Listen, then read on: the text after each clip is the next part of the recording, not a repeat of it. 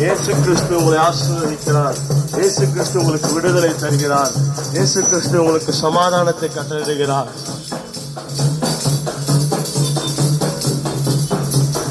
நொறுங்குன்ற இதயம் தேற்றுகிறார், உடைந்த உள்ளம் தாங்குகிறார். நொறுங்குன்ற இதயம் தேற்றுகிறார், உடைந்த உள்ளம் தாங்குகிறார். காயங்கள் அனைத்தையும் கட்டுகிறார், கண்ணீர் துடைக்கிறார். காயங்கள் அனைத்தையும் கட்டுகிறார், கண்ணீர் துடைக்கிறார்.